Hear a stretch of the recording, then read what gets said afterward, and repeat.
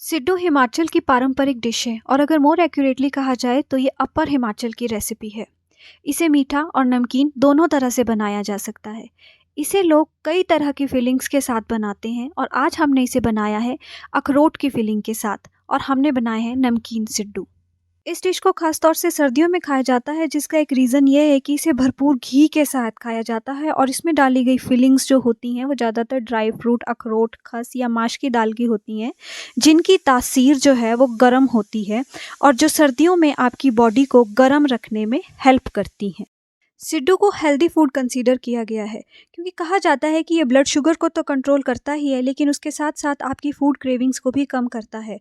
और क्योंकि ये फर्मेंटेशन मेथड से बनता है, इसलिए ये गट हेल्थ के लिए भी अच्छा माना जाता है। तो चलिए शुरू करते हैं हमारी आज की रेसिपी अखरोट की सिड्डू।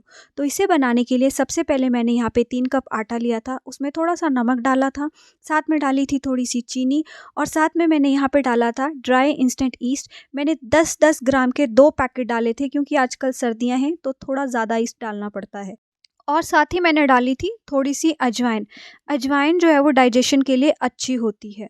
अजवाइन डालने के बाद जितने भी हमारे ड्राई इंग्रेडिएंट्स थे उनको मैंने अच्छी तरह हाथों की मदद से मिक्स कर लिया था और इसे मिक्स करने के बाद मैंने यहाँ पे डाले थे 2 बड़े चम्मच देसी घी के। आप चाहें तो रिफाइंड ऑयल या कोई और ऑयल भी डाल सकते हैं, लेकिन मस्टर्ड ऑयल मत डालिएगा, उसकी बहुत ज़्यादा तेज़ स्ट्रॉन्ग स्मेल होती है और वो टेस्ट भी जो है आटे का ख़राब कर देगा। तो आप मस्टर्ड ऑयल के अलावा कोई और ऑयल या फिर डायरेक्ट देसी घी डालिएगा। और उसको मिक्स करने के बाद मैंने यहाँ पे गुनगुना पानी लिया था और गुनगुने पानी की मदद से जिस तरह से हम आटा गूंथते हैं उसी तरह से इस आटे को गूंद लिया था। जिस तरह हम रोटियों के लिए आटा गूंथते हैं उस तरह से आटा गूंद लिया था। बस आपको याद रखना है कि आटा जो है वो थोड़ा सॉफ्ट गूंथना है। और ऊपर से जब हमारा आटा गूंथ गया था तो मैंने आटे के ऊपर जो है घी की एक लेयर लगा दी थी और इस आटे को मैंने पूरी 1 रात के लिए फर्मेंट होने के लिए रख दिया था। और साथ में ही मैंने कुछ अखरोट और 2-4 काजू और 2-4 बादाम जो थे वो भी भिगो के रख दिए थे 1 रात पहले ही। ये देखिए, इसमें मैंने थोड़े से काजू डाले थे और थोड़े से बादाम। जो ज़्यादातर चीज़ थी वो थी अखरोट। अगले दिन सुबह हमारा आटा जो था वो अच्छे से फर्मेंट हो चुका था, अच्छे से फूल चुका था और एकदम सॉफ्ट था। और घी लगाने की वजह से इस पे किसी भी तरह की कोई पपड़ियाँ नहीं थी और साथ ही जो अखरोट थे वो भी अच्छी, जो हमने ड्राई फ्रूट भिगोए थे वो भी अच्छे से भीग चुके थे। उसके बाद आपने अखरोट का मिक्सी में पेस्ट बना लेना है, लेकिन याद रखिएगा पानी बहुत ज़्यादा नहीं डालना है, हमें इस तरह का पेस्ट बनाना है, ज़्यादा रनी नहीं होना चाहिए। उसके बाद मैंने इसमें ज़ीरा, धनिया, हल्दी, लाल मिर्च, नमक जो था वो अखरोट के पेस्ट में डाल दिया था। ये हमने तैयार कर ली है फिलिंग। जो हम सिड्डू के बीच फिलिंग करेंगे वो यही फिलिंग करेंगे। कुछ लोग इसमें छोटा-छोटा काट के प्याज भी डालते हैं, लहसुन भी डालते हैं, आप चाहें तो डाल लीजिए, पर मैंने नहीं डाले थे। और उसके बाद जो हमारा आटा फर्मेंट हो चुका था उससे मैंने इस तरह से एक लोई बना ली थी। ये लोई का साइज़ आप याद रखिए, जो ढाबे वाले पराठे होते हैं ना बड़े-बड़े, आप उसके अकॉर्डिंग जो है ना एक लोई बनाइए।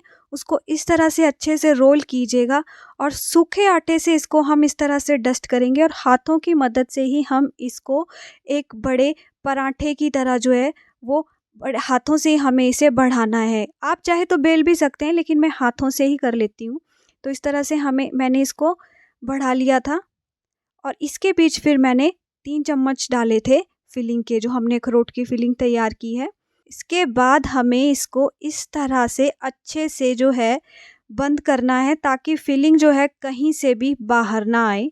इस जिस तरह से हम बेसिकली पराठों की फिलिंग करते हैं उसी तरह से, लेकिन ये थोड़ा-सा बड़ा होता है साइज़ में। उसके बाद हमें इसे बेलना नहीं है और ऊपर से हम इसे इस तरह से प्रेस कर देंगे। और उसके बाद मैंने इन सिड्डुओं को डायरेक्ट डाला था स्टीमर में, लेकिन स्टीमर को पहले ग्रीस कर लीजिएगा रिफाइंड ऑयल से या घी से, किसी भी चीज़ से। और फिर मैंने 15 मिनट के लिए सिड्डू स्टीम कर लिए थे और 15 मिनट बाद ये देखिए सिड्डू साइज़ में डबल हो चुके हैं और हमारे सिड्डू बनके हो गए थे एकदम तैयार। तो गाइज़, आपको अगर रेसिपी पसंद आई हो तो प्लीज़ मेरे चैनल को सब्सक्राइब कीजिए और इस वीडियो को लाइक कीजिए और शेयर कीजिए और अच्छे-अच्छे कमेंट्स कीजिए और इस रेसिपी को बनाइए और बताइए आपको ये रेसिपी कैसी लगी। ये देखिए हमारे सिड्डू बनके हो गए थे बिल्कुल तैयार। ये एकदम स्पंजी, एकदम सॉफ्ट हमारे सिड्डू बन के तैयार हुए थे और हमने इन्हें देसी घी के साथ खाया था। कुछ लोग इसे चटनी के साथ भी खाते हैं, पर हम लोग इसे ज़्यादातर ब्रेकफास्ट में देसी घी के साथ ही खाते हैं।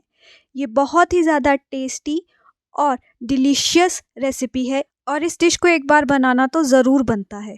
इसलिए प्लीज़ इस डिश को ट्राई कीजिए, वीडियो को फॉलो कीजिए। आई एम श्योर आपके सिड्डू अच्छे बनेंगे।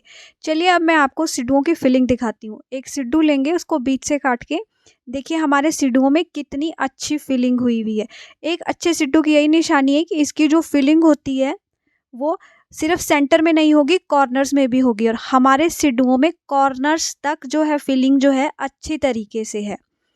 तो गाइस, मैं एक बार आपसे फिर रिक्वेस्ट करूंगी, आपको अगर वीडियो पसंद आई हो तो kindly subscribe to this channel और please share this video and like this video and please अच्छे अच्छे कमेंट्स कीजिए और इस चैनल को अपना आशीर्वाद दीजिए। तब तक के लिए टेक केयर, बाय बाय। फिर मिलेंगे नए वीडियो के साथ।